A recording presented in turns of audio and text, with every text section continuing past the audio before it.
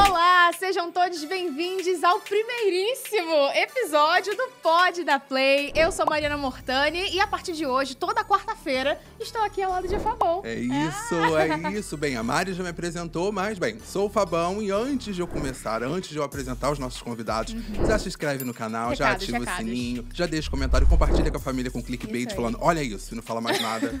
E deixa a família mistério aqui no pra ar, saber, né? Não é? Mas antes de fazer mistério, eu não vou fazer mistério nenhum, porque hoje estamos aqui com eles, Felipe Neto e JP Fazley.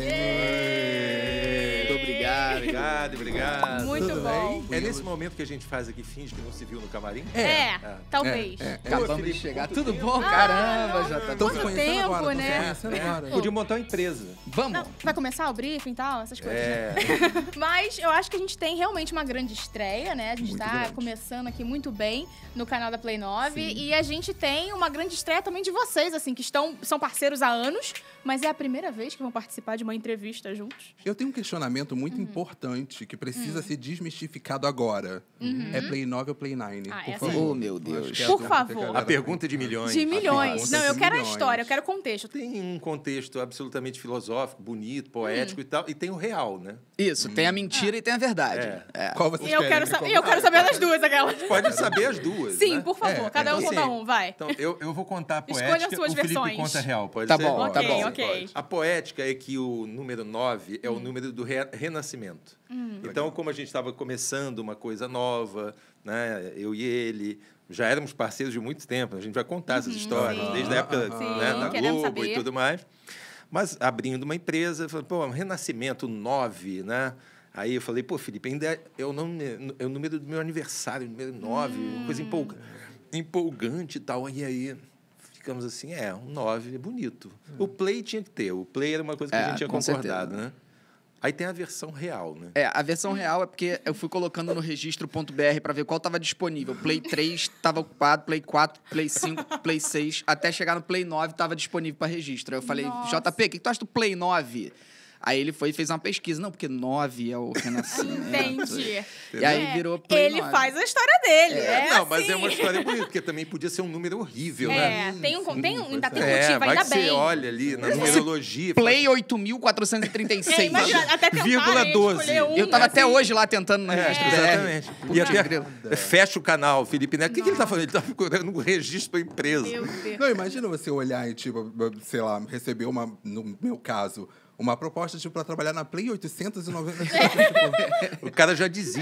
Já é desiste. essa, Não, e cara? na entrevista a gente tem um momento de ambientação aqui, né? No Sim, primeiro sim. dia. E eles perguntam, né? Vocês acham Play 9, Play 9, não sei o quê.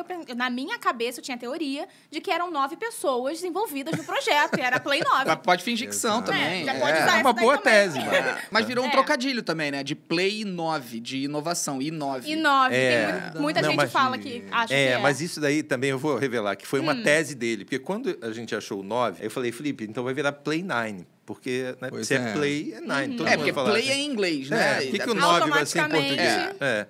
E aí, não, mas é 9 de I9. A gente faz questão sempre de falar Play 9, mas também a pessoa fala Play 9, né? Como a gente corrige? Cala a boca! Tá errado. É. A pessoa chega, fazem. cada um vai adaptando e Não, tudo uma coisa, bem. tipo Tá em assim, casa. fase. Muita gente faz. Eu fiz agora, desculpa, já Aquele. Não, Desculpa, mas perdão. Me perdoa. Não mas tem eu falei, problema não, eu falei, nenhum. Não tem problema nenhum. Tem algum outro aí pra substituir? Obrigado, Agora, galera. de até o primeira, próximo episódio. foi ótima a participação. Foi ótimo. É a jornada do herói, né? Agora Agora você tem que achar um amigo para te trazer de volta. Não, pois é. Eu tenho... Ah, perdão, você ia falar. Nada, amigo. Eu ia falar desse formato novo. É. De inovar, pegando esse gancho, Menino né? também. Eu ia Olha. falar, mesmo. Ai, a conexão de milhões. Sincronicidade, hein? Nossa. Mas de inovar mesmo. Vocês já participaram de vários formatos, criaram muitas coisas juntos e separados. Mas como tá estreando esse novo formato e agora o projeto que já tem anos, né? Play 9, mas estreando esse canal também. Anos, né? Não, mas é que parece, né? Parece. São 3. Porque Pô, 3 anos na internet, São 3 anos. 3 e a anos gente, na internet. Eu tô fazendo um ano de Play 9 esse mês. Chega lá. Maneiro. E parecem 3. Já pra mim, parecem 3. Parabéns. É muita coisa. Conta aí o que você tem sentido desses 3 anos. Porque assim, eu sou sócio fundador junto com o JP, mas o JP é o CEO da empresa, né? Então o JP tá aqui todos os dias e é a alma da empresa. Eu sou o que dá pitaco, se mete, fala e tal, e faz reunião. Se vi ou, sabe? Ah, é? Chief Visionary Officer. Olha! Que chique da visão. Então, Adorei, rapaz. Yes. Sometimes Desculpa, perdão. Eu acho que, assim, falando do projeto em si, né? Ele é quase como se fosse a consolidação desse sonho em algum produto audiovisual. Porque sempre a gente teve a convicção de que se a Play 9, que é a maior network de YouTube do Brasil, fosse fazer um canal de YouTube, tinha que ser muito bem feito. E tinha que ter algumas questões assim mais disruptivas que a gente mesmo apostasse em fazer. O próprio Felipe é prova disso, né? Quantas oportunidades ele deu para pessoas que hoje trabalham na Netolab, no canal dele e tudo mais. Tem aqui várias, né? Então, assim, qual é o protagonismo da internet hoje? Muitas vezes é ir para a frente da câmera. Não quer dizer que quem está de trás das câmeras não tenha valor. Então, eu não sei nem se o Felipe, quando fez essa modificação, assim, né, que foi muito dele mesmo, de alguns outros criadores americanos também, que puxaram a trupe toda para participar do canal, se ele já pensava nisso. Mas a ideia da Play 9, aqui do podcast, do canal e tudo mais, era juntar essas duas coisas. Primeiro, fazer muito bem feito, de um jeito diferente, e dar voz à própria Play 9, que ela tem voz. Sim. Né? São vocês, são todos que fazem aqui. Nossa, me deixou super tranquilo agora. Agora você pode falar qualquer coisa, né? Fabão. Pressão zero. Você representa a empresa, vai lá. Imagina, né? Muito obrigada. Aqui a gente já fica... Vai parecer desmaio, mas eu só tô relaxando. Tá? Vai parecer muito desmaio. Vai, né? Se sair de quadro... Não reparem. Eu acho que a Mari podia ficar de mão dada. Eu acho melhor. Eu tô sentindo aqui, ó. Mas tem uma coisa muito interessante, que o Felipe ele já esteve em outros podcasts na thumb e no clickbait, mas nunca de corpo presente. Olha, é a primeira vez que eu estou num podcast, por incrível que pareça. Por incrível que pareça. É a responsa da responsa, realmente, né? A gente aqui... Quem não clica deve achar que eu já fui em todos os podcasts, Isso né? é verdade. Mas eu não sei porquê, cara. Virou uma febre falar. É porque eu gosto de falar o seguinte: existe o Felipe, que sou eu. Que é um Zé Bunda qualquer que tá em casa fazendo vídeo e tal, e é uma pessoa super comum. E criaram esse negócio do Felipe Neto, que é usar meu nome como se fosse até composto, né? Você não quer sobrenome. Eu falo que quando alguém me chama de Felipe Neto, eu torço a cara, assim, porque é esquisito alguém me chamar de Felipe Neto. Desculpa. E todo mundo acha, pelo menos quem já viu alguma coisa minha, acha alguma coisa desse Felipe Neto, dessa figura aí, que ela não existe, cara. Esse Felipe Neto, ele não existe. Ele é uma configuração na cabeça das pessoas que ficam falando sobre.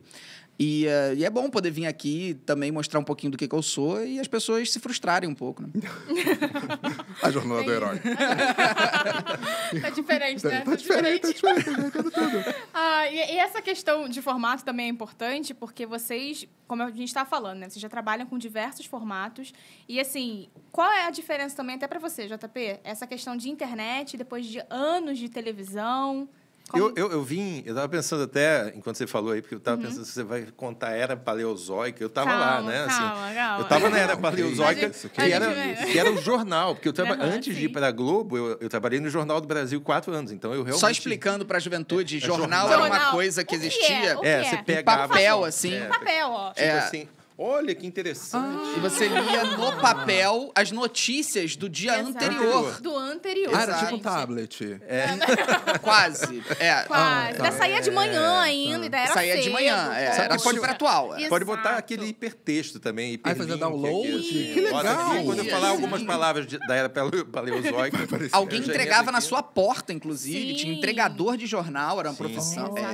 Que agora é cada vez mais usado, esse mito, né? Ali dentro das séries, o cara que vinha de bicicletinha, que jogava. Isso existiu em algum momento, né? Só não jogava, né? Porque aqui no Rio as casas têm muro. Aqui não tem como. Exatamente. E se jogasse, corria o risco de não chegar. É verdade. Mas quando chegava, né, as pessoas realmente liam a notícia do dia anterior. E aí eu eu vivi 3 anos e meio no Jornal do Brasil, assim, entre 93 e 96, tá? Que foi quando eu fui pra Globo. Caraca. Eu tava comendo terra, mano. Exatamente. Ele nasceu em 88. Imagina que ela tinha 5 nasci em anos, eu tava lá. 97? Caraca, mano. Você nasceu pós-Jornal do Brasil. Mais um pouquinho... Eu nasci em 98 ali, mais ou menos. Mais um pouquinho. Tu não viu Titanic? Não, depois, né? Meu filme favorito, inclusive. Não, mas tu não tem lugar de fala, não. Eu, hein? É que nem eu falar que meu filme favorito é Ben-Hur. Não. Tu tem que ter visto ali no cinema. Mas pode dizer que o momento favorito da história de alguém pode ser a chegada das caravelas no Brasil. Não necessariamente o cara viu, né? Eu sou paleolítico, assim, mas eu não vi isso. Eu vi, mas a mudança mesmo, assim, dos jornais, né, para os jornais online. E foi ali que eu pedi a minha primeira demissão. Porque eu falei, caramba, isso vai dar ruim. É um código, gente. Em 90 e... Não. Ah, tá. Eu sou a favor de demissões, assim, pessoais, né? Quando a pessoa se demite. É um código? Só pra pegar. Tentando entender os sinais. É um sinal? Ô, Fabão, se um dia você começar a pensar, caramba, agora o metaverso, entra aí, a Play 9 não tiver no metaverso, você... Aí realmente... Que aí você vai estar vendo, né, o Titanic afundando. Você vê que estamos no mesmo barco, Titanic, o nome. A minha equipe tá toda pedindo demissão pra trabalhar com a Vanessa Lopes. Entendeu? Porque eles falaram, mano, YouTube... Fundou, agora é TikTok, agora então tá é todo mundo pedindo demissão. Samantha já tá por um triz ali, ó. Jogou no ar. Deixou aí. Ali, ela já tá assim, ó. Eles já estão assim, ó, ali, ó, preparados. Ela É o pediu demissão futuro. assim, estou saindo. Isso, O exatamente. challenge era esse. Era esse. Não, mas aí quando veio essa meio junção, né, do jornal que foi acabando, isso que o Felipe falou é verdade. Ele foi meio sumindo como papel, mas a lógica continuou, porque, né, os jornalistas iam trabalhar em sites. Então, o Globo virou o Globo Online, o JB mesmo virou o JB Online. E esse caminho ia ser natural, né? Surgiram outros... O Lance, quando surgiu ali em 97, mas onde saiu um monte de gente do Globo. Gustavo Poli, nosso amigo botafoguense, saiu de lá e foi trabalhar no Lance. Então, assim, tinha um mix de algumas coisas, mas eu achava que eu tinha que passar por uma outra etapa, que era a televisão. Eu não via ali ainda a internet como uma coisa, né, que pudesse fazer diferença na minha vida profissional. Só um parêntese, o JP é tão velho que ele viveu a fase TV ao futuro. Então, ele mas saiu pra ir pra televisão do tipo... Por isso eu tô contando, a fase paleolítica. Aí vem vindo, tem a neolítica. Tá rindo? Tô falando do seu chefe. Aí... Fica aí rindo. Vocês ainda lembram de aula de história, né? Paleolítico, pedra lascada. Neolítico, pedra polida. A pedra polida era a televisão. Então, a televisão, durante muito tempo... O senhor também trabalhou lá, então também é do... Então, é do neolítico Você é a única pessoa da minha vida que eu me sinto jovem. Pelo amor de Deus, não me tira isso. Exatamente. E a única que te deu um crachá, lembra que você falou isso? Aí, tá vendo? Assim, tá aqui. A única pessoa que me deu um crachá na vida. O único trabalho de carteira assinada foi ele. Aí. Tá vendo? Cheguei lá, tá aqui, ó, o crachá e tudo mais. E aí, a gente... Né, eu passei 20 anos na televisão. E lá eu tinha um pouco essa sensação. Quando eu falo isso, as pessoas falam, meu Deus, olha o cara dizendo que a televisão está em declínio. A televisão está em declínio. Não é a TV Globo que está em declínio, não é a BBC que está em declínio. A plataforma TV está em declínio. Ela não vai acabar como TV aberta. No Brasil, a TV aberta, se acabar, vai acabar daqui a 30 anos. Porque ela ainda tem... Né, o nosso país é muito diverso e, ao mesmo tempo, ele é muito injusto socialmente. Sim. E a TV aberta cumpre um papel que outros podem... Agora... A TV fechada vai morrer. Uma diferença entre mim e o JP é que o JP sabe o momento de falar as coisas. Eu não. Porque esse mesmo discurso que ele acabou de falar, eu falei também. Numa palestra com a alta executiva da GNT, o cara do SBT e a mulher da PepsiCo. Aí eu falei que a TV a cabo ia acabar. O pior foi a plateia ficou do meu lado... Mas quem tava no palco queria me tacar lá de cima. Tipo, virou meio um bate-boca, assim. Não foi legal, não. Não vai dar Por pra isso que você é o CVO, você já estava Quando isso acontece, o visionary. te dá uma dica muito boa. Quando isso acontece, você fala, vocês não ouviram essa piada? Boa! Podia ter feito isso, né? Todo mundo olhando torto e falando, vocês não reação de ouviram essa vocês. piada ainda, gente? Gente, a piada é tão velha. Pô, Tão gente. velha quanto o JP, pô. Não, tão velha quanto a TV acaba que vai acabar. Mas assim, não era para virar uma brincadeira, quer dizer, uma frasezinha de efeito só. Era uma coisa natural. Sim. A TV a cabo está sendo totalmente, né, ocupada pelo espaço dos streamings hoje, né? Então, os streamings ocuparam esse espaço. Por poderem ter esse negócio do VOD mais realmente on demand, né? Por mais que pareça redundante, e porque a internet cumpriu o papel que a TV cumpre, que é ser entretenimento de graça. Sim. Então, assim, as pontas, né? Se você olha como uma pirâmide, a ponta é a TV aberta, que está lá, né? Assim, eu digo publicitariamente, onde está o maior dinheiro. A do meio era a TV fechada e embaixo tinha a base da internet, que era um negócio que, né, assim, granular. O que aconteceu? O miolo foi meio espremido, porque falou assim, cara, não dá para ficar pagando um negócio que tem 287 canais Entre os quais tem a TV Pesca, a TV sei lá o que, com 7 pessoas vendo. E aí os streamings vieram para dizer assim, não, se você quer ver coisa boa, paga para você ver essas coisas aqui que você escolheu, e não aquele monte de outras coisas que você não quer ver. Né? Exato. E, então, por isso que depois, né, hoje o pay-per-view tem valor, porque você fala, pô, isso eu quero ver, e de repente não tem em algum lugar. Eu queria conhecer alguém que ainda, hoje, em 2022... A gente tá em 2022, né? Sim. Eu me perco legal, tá? É sério. Não, é porque é o Visionário, você já tem, não é 2027? Não, eu me perco Não legal, é. assim, data. Eu queria conhecer alguém que ainda fica com o controle remoto na mão e, sei lá, tá domingo à tarde ou à noite, fica passando os canais de TV a cabo. Ninguém. Pra ver o que eu vou assistir. Raro. Alguém faz isso? Você faz isso? Você faz isso? Mas você é velha? Nada. Que tu é velho, o quê? Tu é mais nova que eu? Me respeita. Pelo amor de Deus. A pessoa mais nova que eu gritar que é velha. Mas a Nath pode ter alma de velha. Eu também tenho. Não Que sei se tem, inferno. Nath, mas Uma do jeito que você tá questão, né? falando. Né? Pô, mas eu acho esquisito, porque ao invés de você ficar zapeando, você pode abrir um serviço de streaming, escolher E fazer alguma a mesma coisa. Pode E fazer, ficar- ou fazer a mesma coisa, ficar ali. ou de fato escolher algo que você quer assistir e dar play. Você tá preparado para seus 40 anos? Pra que você tá falando disso? Porque só faltam 6. É assim. É isso. Eu já decidi que depois dos 35 eu vou voltar. Eu vou começar a regredir. Aí dos 35 eu vou voltar pro 34 e vou voltando. Vai fazer. Mas tem a questão dos últimos 2 anos também, né? Quem tá contando a idade, não tá? Eu ainda É me verdade, perco a ainda. pandemia fez todo Na mundo questão. perder um pouco. Ainda tem essa questão. Eu não lembro direito de 2020, sabia?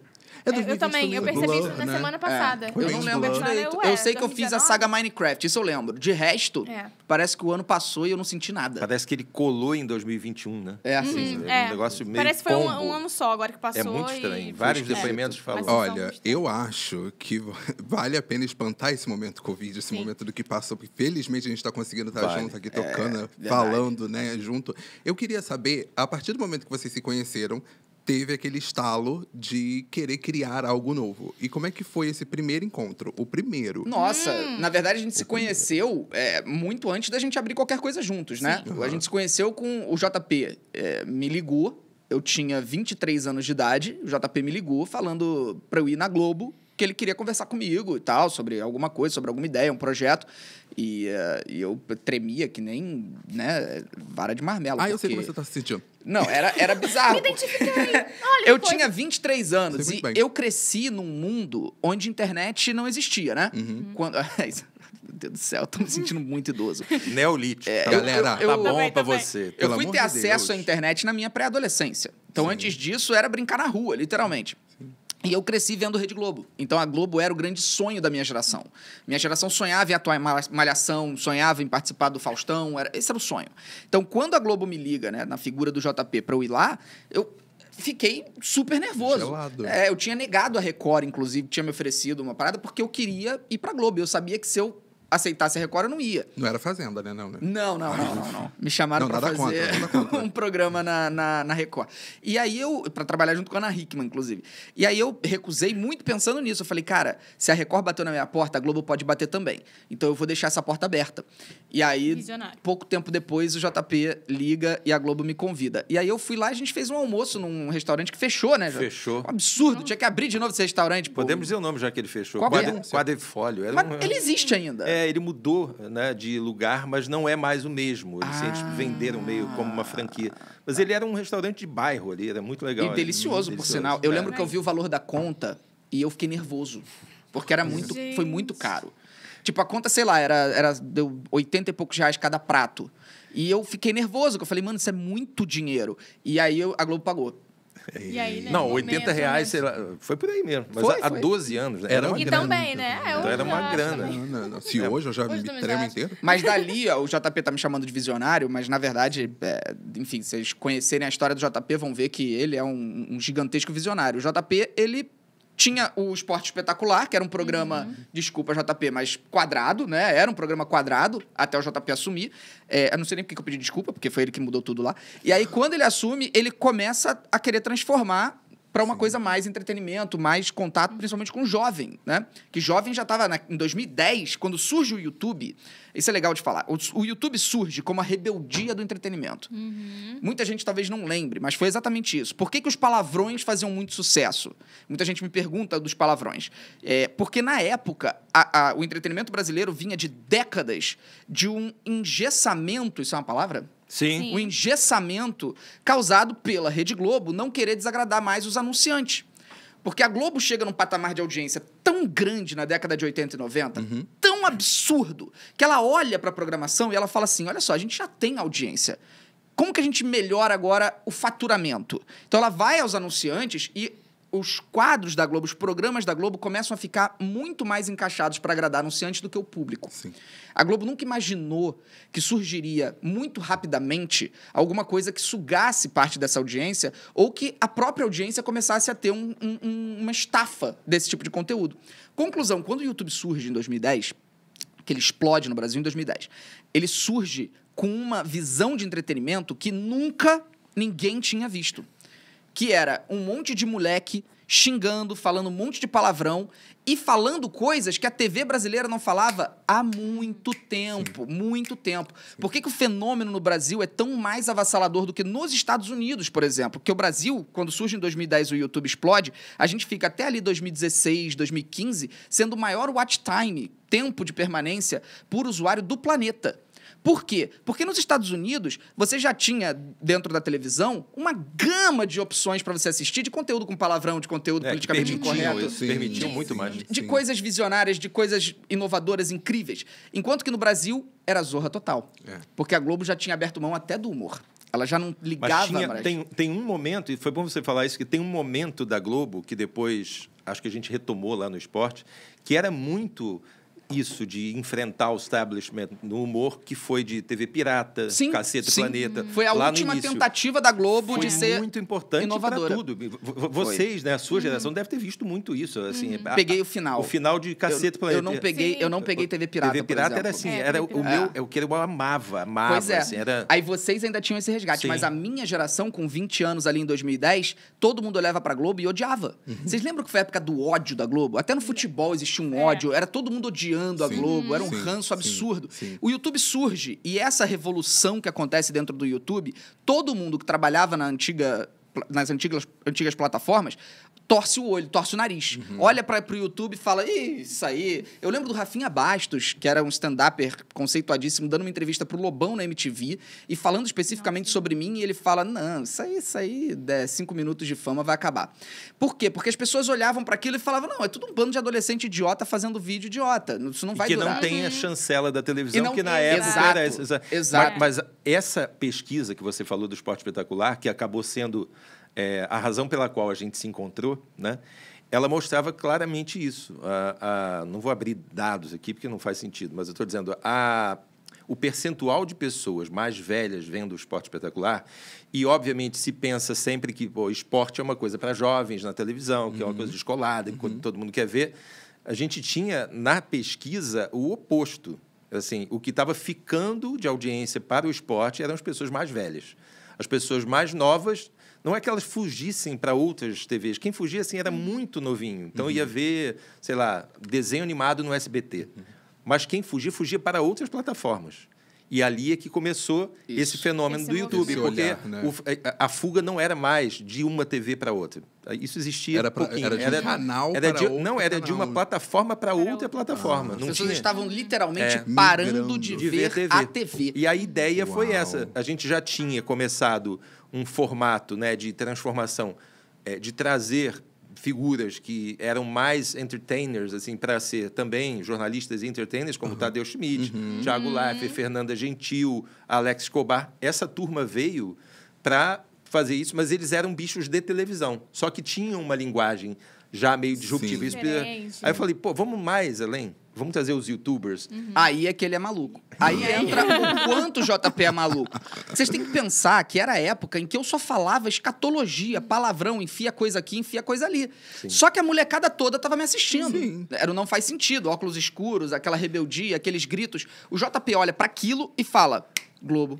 Vamos fazer isso. E eu lembro do movimento que era tipo, família, domingo, é assistir. O que esse cara tá fazendo aí? Tinha um quê de rebeldia mesmo. E aí, vou dar um crédito para um que tá aqui, o Gui que tá aqui, né? Gui Pazlene, vocês todos conhecem. O Gui me apresentou aos YouTubers nessa época, porque ele tinha 13 anos e via Felipe, Cauê Moura, Kéfera, Christian, toda aquela galera, Castanhari, né? Que são o Neolítico, né?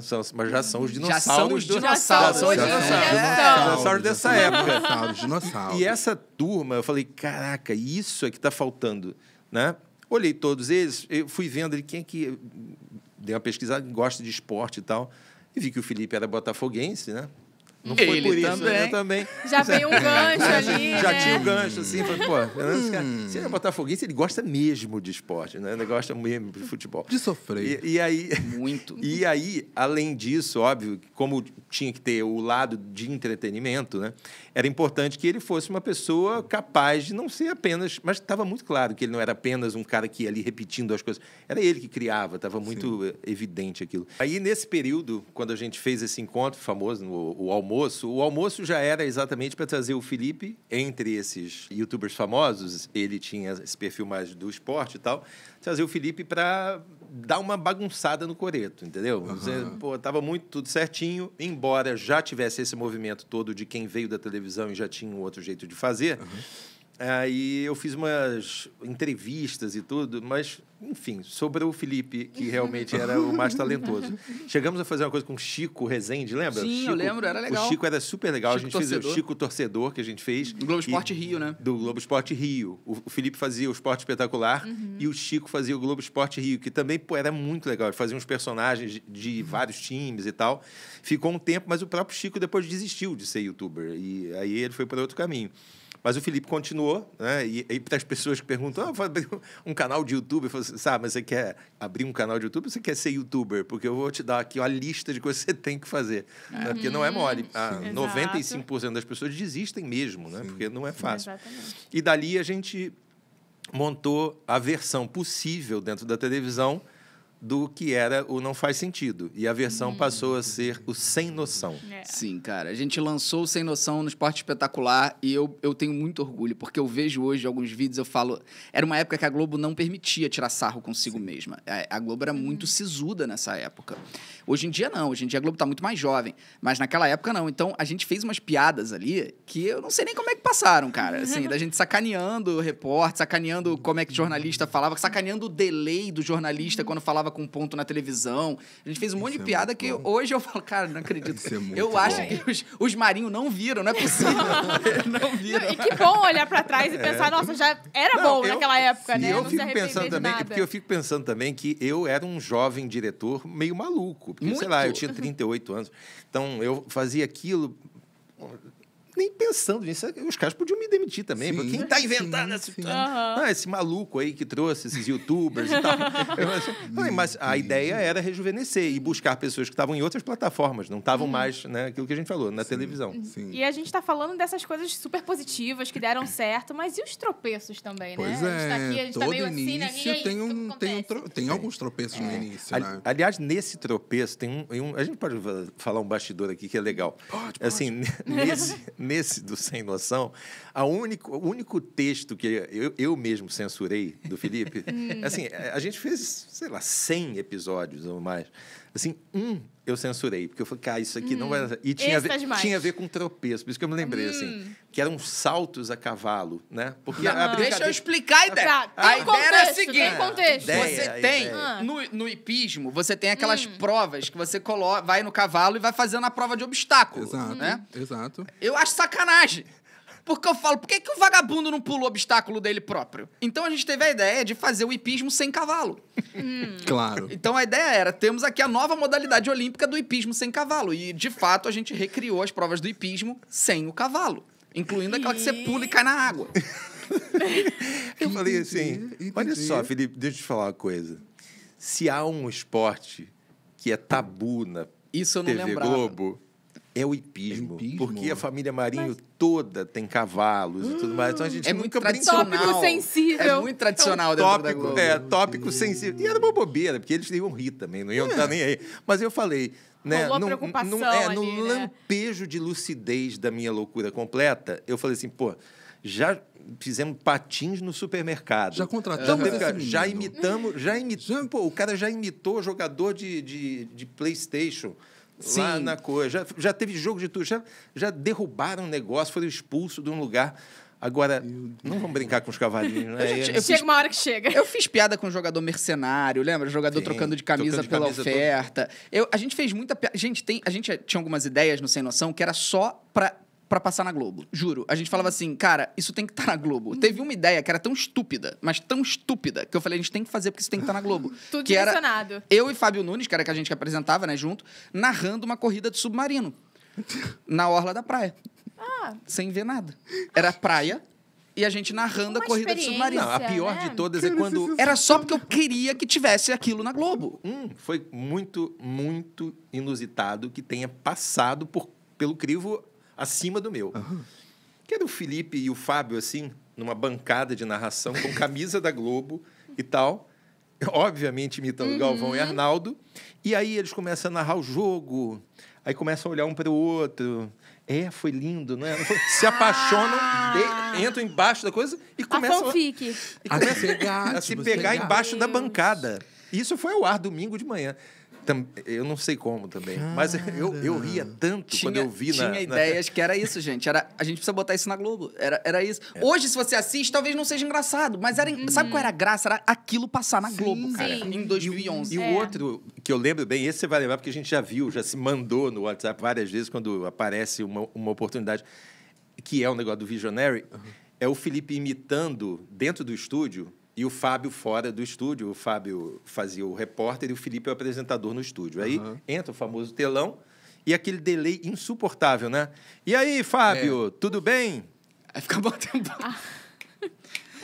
Felipe e tal. E é muito bom, porque a pergunta que ele faz, né, só é respondida na segunda vez. Então, quando ele responde, ele já está respondendo a pergunta seguinte. Na segunda vez. Eu tô fazendo um delay. Já dá para fazer um meme. Na segunda Aí, a segunda vez, sanduíche. Eu tenho uma dúvida. Eu queria saber, antes da gente estar aqui na Play 9, qual era a primeira sede da Play 9? Era uma churrasqueira. Eu ia falar, eu quero saber a história de churrasqueira, que todo mundo fala. Uma churrasqueira. Eu e o Felipe tivemos uma outra empresa antes, né? Quando eu saí da Globo, a gente ia montar uma empresa, a gente se encontrou nos Estados Unidos, fizemos um aplicativo juntos e tudo mais, criamos a empresa, depois saímos da empresa. Quando a gente saiu, a gente não tinha sede. O que a gente fez? A gente estava naquele limbo, né? Vamos para onde? O Felipe já tinha alugado essa casa para ser a Netolab. Sim. E a Netolab estava lá com a galera da Netolab e a gente já tinha, né, pensado, filosofado sobre o número Play 9 e tal, já tinha a Play 9 pensada. Eu falei, Felipe, o que a gente faz? Eu falei, cara, vai todo mundo para a Netolab enquanto a gente escolhe uma sede. E ficamos lá 2 meses, mais ou menos, enquanto a gente arrumava aqui. Mas aqui já estava escolhido, sabe o que já? que eu acho? Ainda um dia ele me mandou uma mensagem, falou assim, a sede tem que ser essa aqui. Se a gente for montar algo, tem que ser... Porque esse prédio é muito maneiro. Sim. Essa sala é muito maneira. Sim. E ela estava 80% pronta. E é muito uma inspiração meio de Google, um negócio assim, né? Muito legal. Para quem convive aqui sabe. Assim a gente veio para cá. Mas a gente passou 2, 3 meses fazendo nossas coisas lá, porque eram menos canais, né? Eram pouquíssimos. Era o canal do Vini Júnior, o seu, obviamente, e o da Giovanna Eubank. Sim. Só. A Play 9 era isso. E aí a gente ficou lá jogando indefectivelmente às 6 da tarde o nosso fute-mesa, com todo mundo. E eu acho que uma coisa muito legal é ver quantas pessoas estão aqui que estavam lá. Estavam lá, exatamente. Isso é Tem muito uma legal. galera. Uma galera aqui mesmo. Aqui né? agora também, né? Muito legal. Das 19, tem 14 ainda na Play 9. Daquelas 19, tem 14 ainda? Caraca. Eu acho que a Play 9 tem uma ligação por afeto também, eu acho, com as pessoas, né? Tem um afeto, a gente percebe isso. Exato. Isso é real. A gente tem um turnover muito baixo, né? De gente que entra... Gente que pede demissão da Play 9 é baixíssimo o percentual. É realmente muito baixo.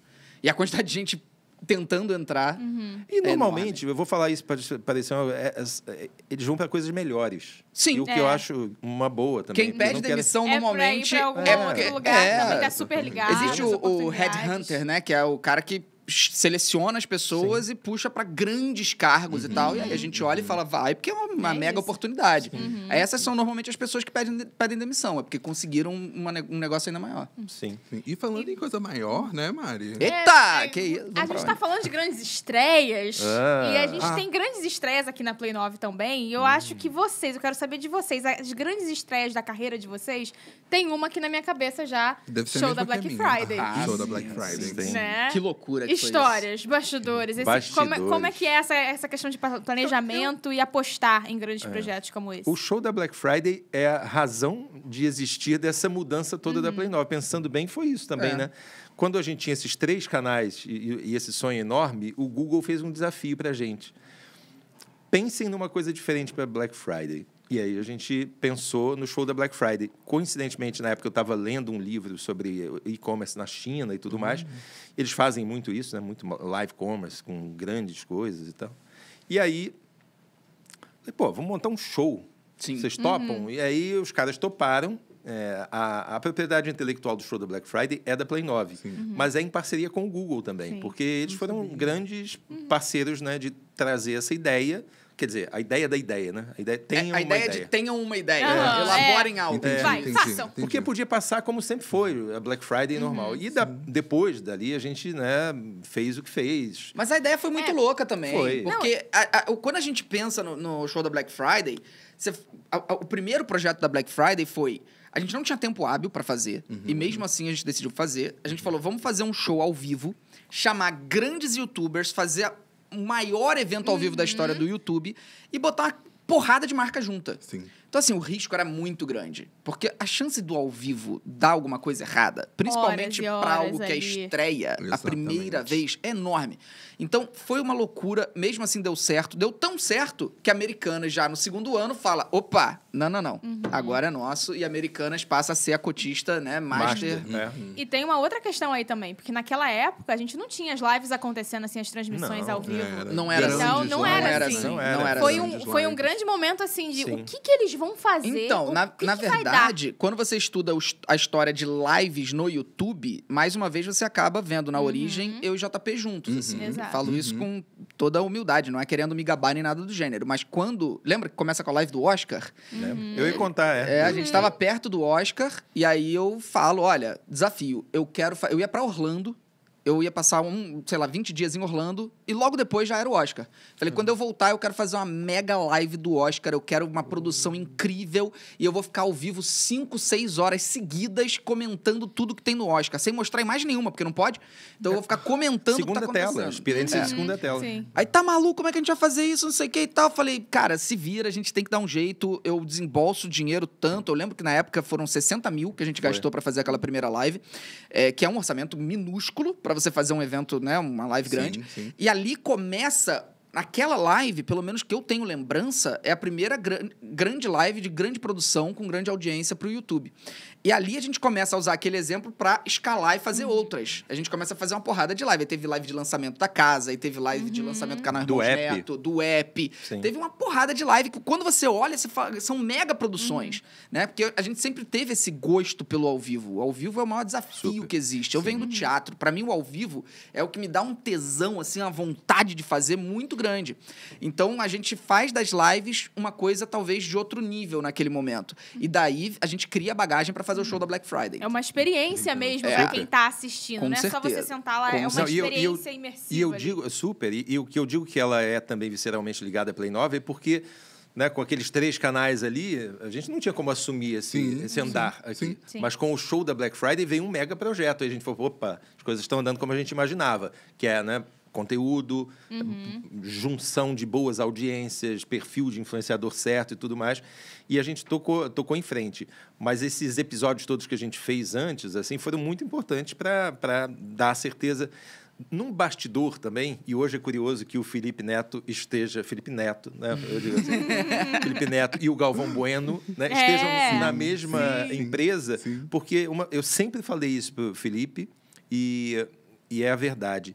as duas pessoas com quem porque eu falo muito no ponto dirigindo, né? Assim, eu tenho milhões de coisas para fazer, mas quando acontece um mega evento, eu gosto de dirigir mesmo, para encher o saco no bom switch, sentido. Fica no switch. Ele fica no meu ouvido em todo show da Black Friday. Todo show da Black Friday ele tá no meu ouvido. E aí, eu falei para ele uma vez e agora fizemos um jantar lá em casa para eu apresentar ele ao Galvão também. Falei isso para o Galvão.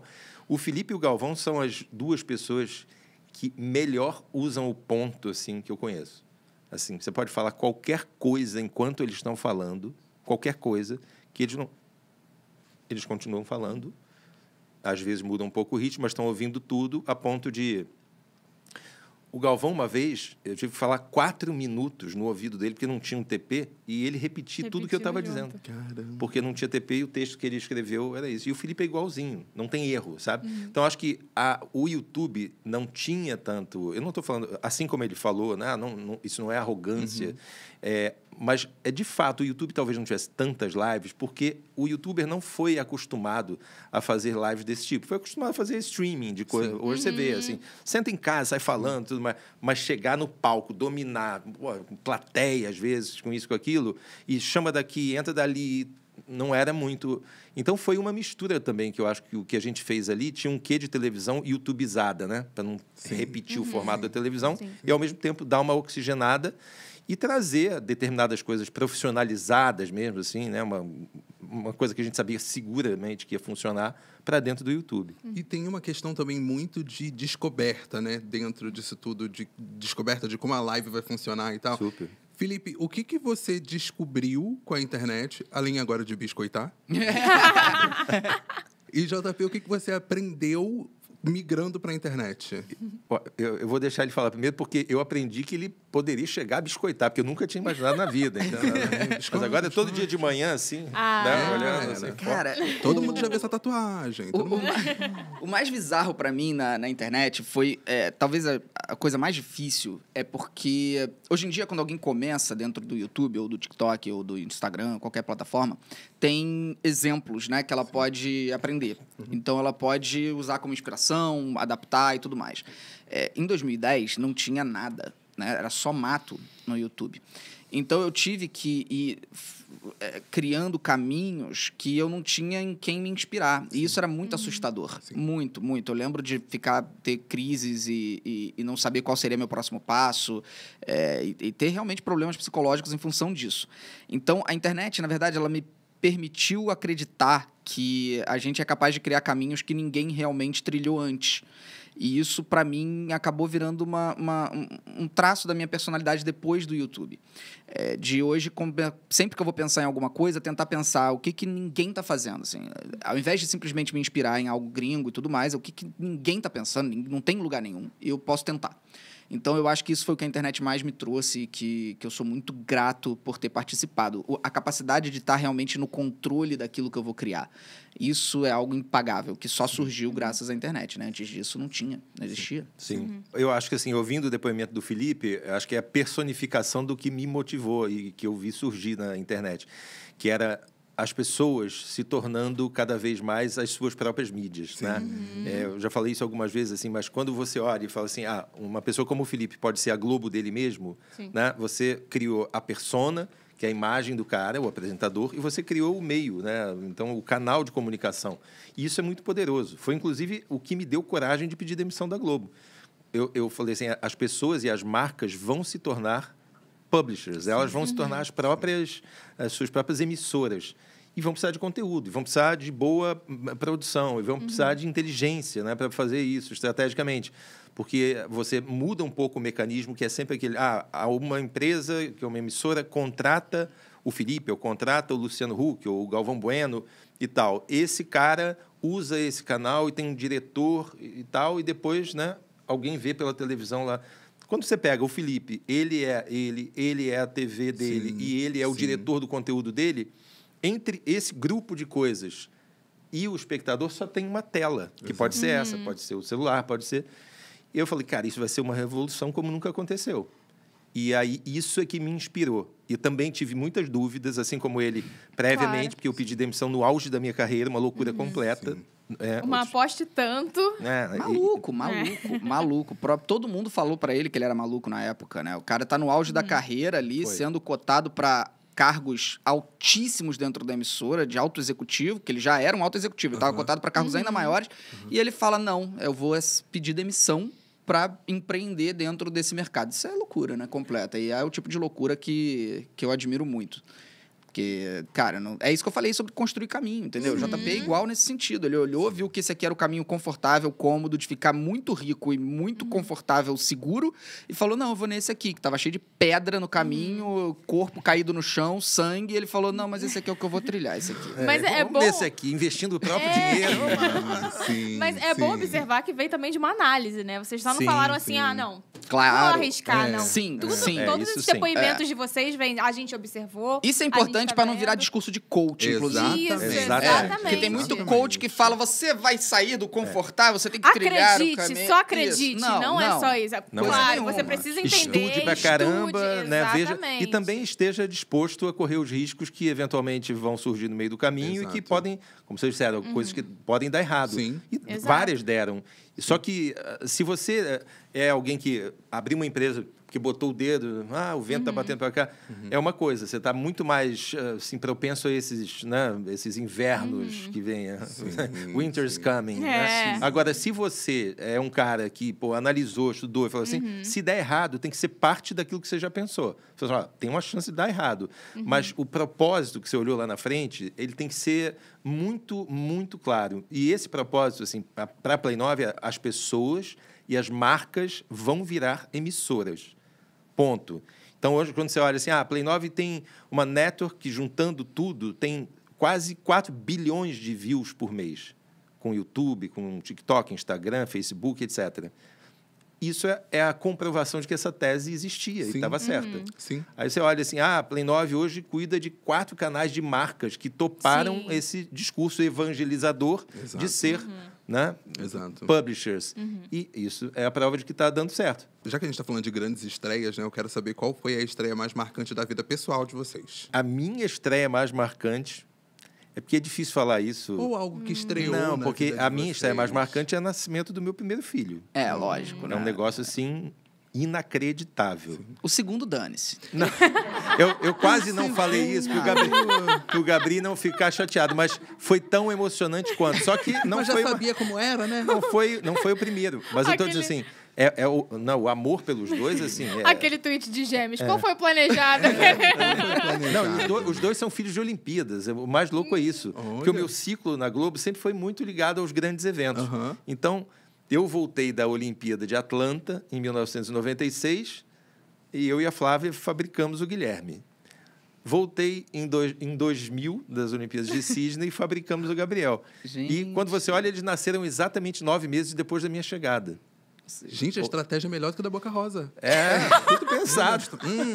Para mim é difícil. Eu tive algumas estreias muito marcantes na minha vida. A própria estreia no Esporte Espetacular foi muito marcante para mim, porque envolvia estar na televisão, que para mim era um sonho de criança. A minha estreia, reestreia, né? Porque eu fiz teatro minha vida inteira, mas quando eu volto pro palco e piso novamente pela primeira vez agora com um monólogo, que está até na Netflix, inclusive, que é o Minha Vida Não Faz Sentido. A primeira vez que eu faço também foi muito marcante, me emocionei e tudo. A estreia do Final Level Show foi muito marcante também. Foi incrível porque também. Foi a maior produção, assim, junto com o show da Black Friday. O show da Black Friday já é maior hoje, com certeza, mas o show da Black Friday foi muito, muito importante para mim, porque o meu nervosismo ali foi o maior que eu já senti. Era muita marca, era, sabe, muito dinheiro ali que tava na minha mão pra, tipo, o apresentador é ele que pode cagar tudo. Sim. Né? A gente sempre dá o crédito quando ele acerta, mas é ele que pode também destruir. Ele pode fazer uma péssima apresentação, o produto ficar uma bosta, e aquilo tava, aquele piano estava nas minas costas. E é óbvio que eu compartilhava esse piano com os outros apresentadores que estavam juntos, mas era no meu canal do YouTube, o foco era... Então, eu estava com uma pressão muito forte. Quando eu entro, a chance de dar errado era enorme, o risco era imenso, e dependia muito de como eu ia conduzir aquilo. E a minha experiência era relativamente baixa, porque a gente tinha as nossas lives, mas eu não tinha 15 anos de televisão fazendo ao vivo. Então, ali foi... Eu diria que o show da Black Friday foi a principal estreia em níveis de nervosismo e recompensa. Quando acaba, Ali, eu lembro que eu caio no chão, assim, quando acaba, eu deito no chão, completamente extenuado. Eu lembro quem fez essa foto, acho que foi a Aline fez a foto, ou a Nath fez a foto. Alguém fez uma foto e falou assim, eu achei que você, sei lá, tinha desmaiado, o que era, porque eu vi, me mandaram a foto. Eu nem sabia onde você estava, porque eu estava descendo, era no YouTube Space, o primeiro foi lá no centro da cidade do Rio. Mas o Felipe estava extenuado, porque foi o mais longo que a gente fez, foram 5 horas e 40. O que ali a gente viu também foi um poder de improviso que é muito próprio da internet. Sim. Né? Sim. É a capacidade de rir de si mesmo e topar coisas. Rir de si mesmo, que eu digo assim, né? Lato senso, assim, entre aspas, assim. Tudo que pudesse dar errado era compensado com um negócio assim, vai lá, ajuda o Fred. Pô, o Fred está lá, aí o microfone pifou, aí já muda para um outro e tal. Né? E você tem que fazer isso como um certo malabarismo. Sim. E todos eles, eu acho que foram, depois da primeira hora e meia, ficando mais tranquilos quando viram que o Felipe estava dominando o negócio, sabe? Porque precisava ter um líder. Sim. E, então, assim, para distribuir as coisas. E todos eles ficaram mais tranquilos. Porque se o líder fica inseguro, né? Você fala, pô, caramba, olha, o Felipe tá... Não adianta. Realmente você tem passa uma para o segurança em outro... puxar O mais ali, engraçado né? é que por dentro eu estava me cagando. Eu te entendo, Felipe. Completamente, porque o ponto tinha dado pau, eu não estava funcionando tão bem, eu estava inseguro, eu não sabia qual era a próxima coisa. Cada vez que eu tinha um momento de respiro, eu pegava desesperado as fichas para saber o que eu ia falar ou fazer. Só que é que nem o piloto do avião. Se você demonstrar insegurança, você perde o controle de todo mundo. Todo mundo vai desesperar. Então eu estava desesperado por dentro, mas eu tinha que ficar ali, ó, tá tudo tranquilaço. Eu olhava pro pessoal e falava, tranquilo. E será que vem do teatro também, essa questão? Com certeza. O teatro me dá uma bagagem. Acho que muitas das minhas características de trabalho vêm do teatro. E você fala do teatro com muito carinho. Em algum momento você teve essa vontade de se dedicar ao teatro como ator ou cinema? Sim. A minha base toda vem de lá. Eu comecei no teatro com 12 anos, sempre foi minha paixão. É um relacionamento muito intenso que eu tive com o teatro. Só que eu falo tive porque hoje em dia eu não tenho tempo mesmo para conseguir voltar pro palco. Mas é uma coisa que eu vou sentir falta sempre que eu não estiver fazendo. Pro resto da minha vida, não tem jeito. E pretendo, obviamente, pro futuro ter outros reencontros com o teatro. Se assim, vamos supor, uma refilmagem de Grace, você faria o John Travolta? Claro que sim. Putz, grilo. Então jogamos no ar. Veio aí. Fica aí. Deixa, se alguém fica aí. Se alguém for fazer Grease de novo, embalos de sábado à noite também. Pode fazer qualquer um dos dois ali. E quando você começou o seu canal, Felipe, aquele personagem que veio ali, também veio desse lance do teatro, de você querer fazer alguma coisa diferente. Você lembra do seu primeiro vídeo? Lembro, claro, foi uma bosta. Com certeza. Porque, foi? Cara, já dizia... eu vou lembrar. O Ernest Hemingway tem isso, né? Que o primeiro rascunho de qualquer coisa é uma bosta. Não nessas palavras, né? Ele provavelmente usou alguma outra palavra. Mas é a realidade. O primeiro rascunho de qualquer coisa que você vai fazer na sua vida vai ficar ruim. E aí é um grande ponto de decisão entre desistir, porque você chega à conclusão que você não é bom, ou insistir, porque você sabe que pode ficar bom. Essa é uma história que você vai ver repetir em todas as pessoas que foram bem-sucedidas no trabalho delas. Então, eu fiz o meu primeiro vídeo e botei no ar, e não tava nem aí. Era muito ruim. Era falando sobre coisas do dia a dia, era eu sozinho de regata, falando com uma câmera, era horrível. Mas aquilo me impulsionou para querer fazer mais um, para ver se eu melhorava. Sim. E eu continuei tentando. Só que sem interpretar nada. Só sendo eu tentando falar com uma câmera. Até que em algum momento eu falei, não, cara, eu sei interpretar, eu venho do teatro, eu tenho uma possibilidade grande de construção aí, e eu comecei a querer botar um cenário, fazer uma coisa que ninguém tinha feito no Brasil ainda. E aí eu coloquei um cenário e tal, comecei a interpretar um cara revoltado, que vinha muito de dentro de mim, é óbvio, mas não sou um cara revoltado, embora muita gente ache que eu sou. E aí eu comecei a interpretar aquele personagem e mais gente gostou. Então eu falei, eu posso ir por esse caminho. Então foi construído, mas não foi mega planejado. Eu fui construindo com o tempo cada vídeo que eu ia fazendo, entendeu? E aí nasceu Não Faz Sentido, daquele jeito mega gritado lá. Que incrível. E foi o primeiro viral também, né? Acabou sendo o primeiro viral. Olha, do meu canal com certeza, né? Mas na época a gente tinha muitos virais na internet, mas no YouTube nem tanto. Era tudo muito, por exemplo, a Havaiana de Pau, que era do Mundo Canibal, explodiu, mas era no site Havaiana de Pau, que nem existia YouTube. Sim, total. Então, total. foi o primeiro canal a bater 1 milhão de inscritos, Sim. foi o meu dentro do YouTube. Foi uma época que realmente as coisas começam a mudar e as pessoas começam a ter um lugar para ir visitar o criador de conteúdo, né? Peraí. Esse papo tá tão bom que eu acho que vale uma segunda parte. Eu acho também. Tá? Então... Juntos? Então... Deixa o seu comentário aqui, o que você tá achando e aguarde que a segunda parte A tá gente vindo. quer saber das primeiras vezes de vocês também. Exatamente. Não se esqueça de se A nossa inscrever no dinâmica vem aí. canal, ativar o sininho, compartilhar o vídeo com todo mundo e aguardar que vem segunda parte aí.